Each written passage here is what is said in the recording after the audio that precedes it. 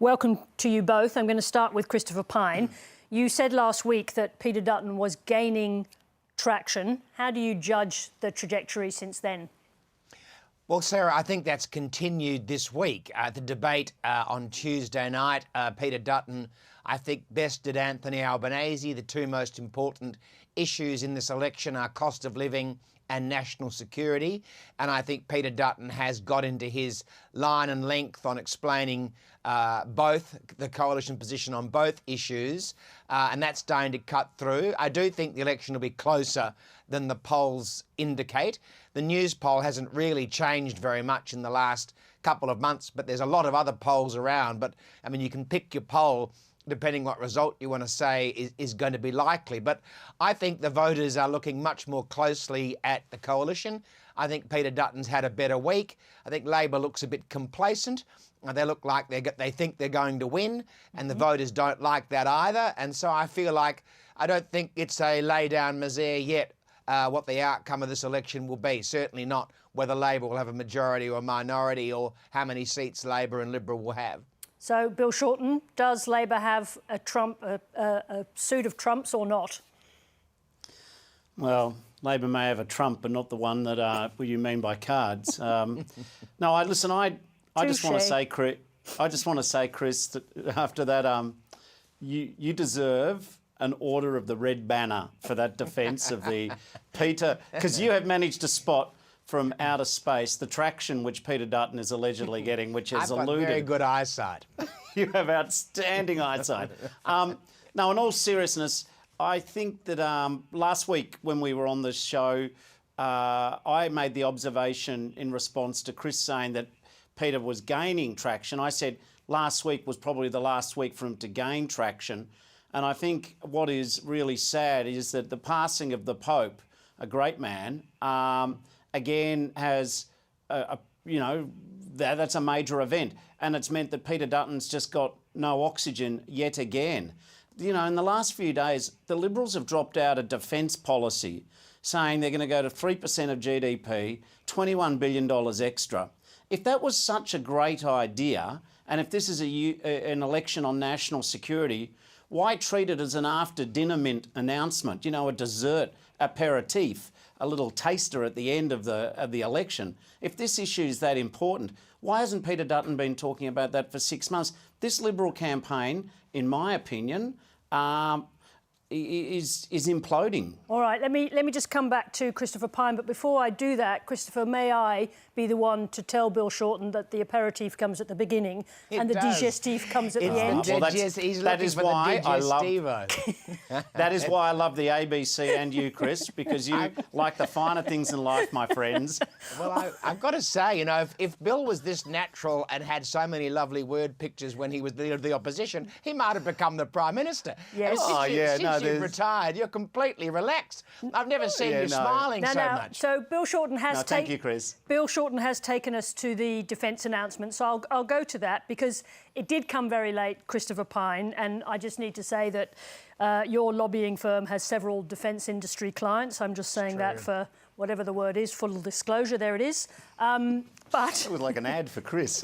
There it is. Well, I do actually have a lot of defence industry clients, but they're always welcome to have more. To the point, it was very late. It was after pre-polling had started, and it was supposed to be an important part of the opposition's policy offering. Why did it come so late? Well, look, I don't think it's come that late, to be honest. I mean, I think on national security and defence, the coalition has a very good record. And when people ask about the coalition's strengths, defence is one of them. In the Gillard-Rudd period, defence spending fell to about 1.56% of GDP. And it's fair that Richard Marles and Anthony have done better in the last 3 years, but they've basically just kept the previous government's policies in place.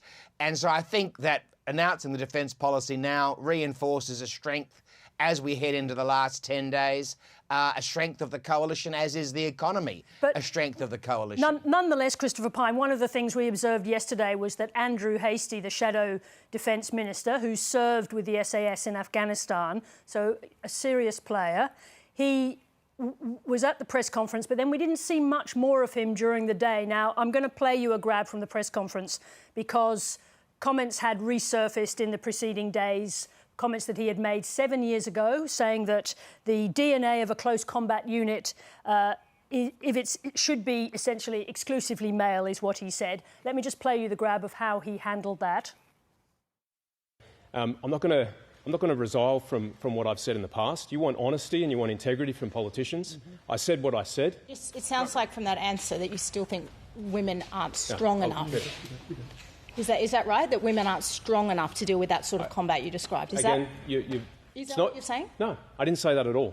I said I got asked a question and I referred to my personal experience. Now, to be fair, I couldn't carry either Bill Shorten or Christopher Pyne. Were you both injured? So he was making a point about women's physical strength, I think. But Bill Shorten, is that one of the reasons why we haven't heard much more from Andrew Hastie, that he had to be kept quiet so he didn't have to face constant questioning about those comments? Listen, personally, and I don't want howls of outrage from the Labor people, but I have some respect for Andrew Hastie, and his military service is an impressive record. So for me, it's not so much about Mr Hastie's comments, but he's one of their better front benchers. Why have they kept him hidden? And again, we go to this issue. I love Chris. Chris could, he could say night is day and day is night. He's a verbal masterclass. But the point is, if defence policy is such a great thing, why is the fairly accident-prone Liberal campaign only dropping it out in the last 10 days? So, sure, I don't know if they're hiding Hastie for his comments. I don't know. I would probably have used more of Hastie in the election. But having said that, if you think defence is that important, why are you only talking about it now? Christopher Pyne, just on that, is it just not a vote winner? Is it an important part of their profile, but not necessarily a huge campaign moment for them? Well, Sarah, as we say, a week is a long time in politics. So 10 days before the election is 50% more than a week. So it's even more than a long time. Yeah. So I think 10 days is plenty of time before the election for the defence policy.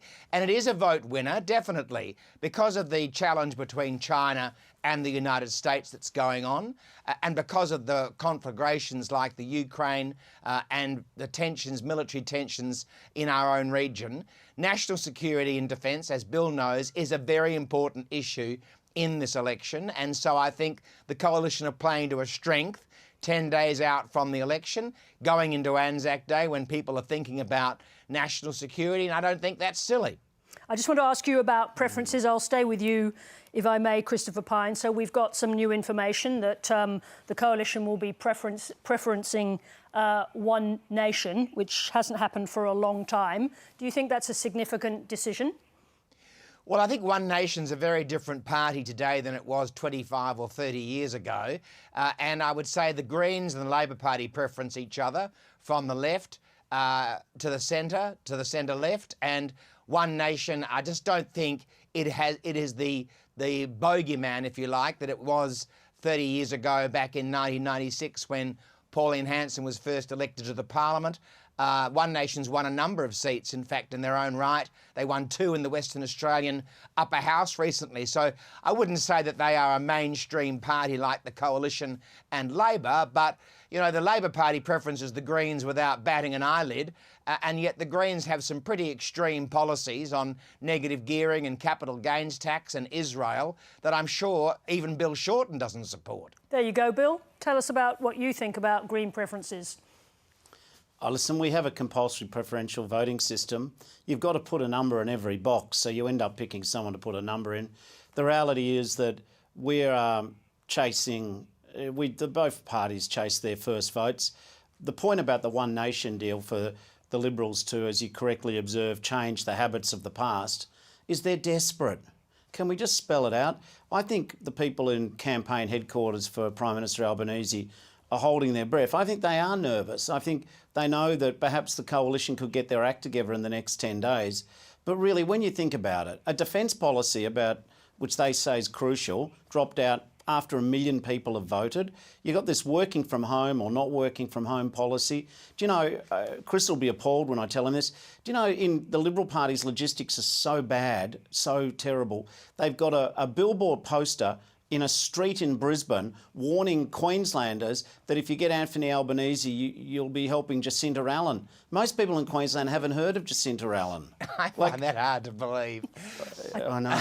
I think he speaks the truth there. I'm going to check that myself. You check that yourself. Now, just quickly, the two of you. Obviously, we're now very seriously in the final straight.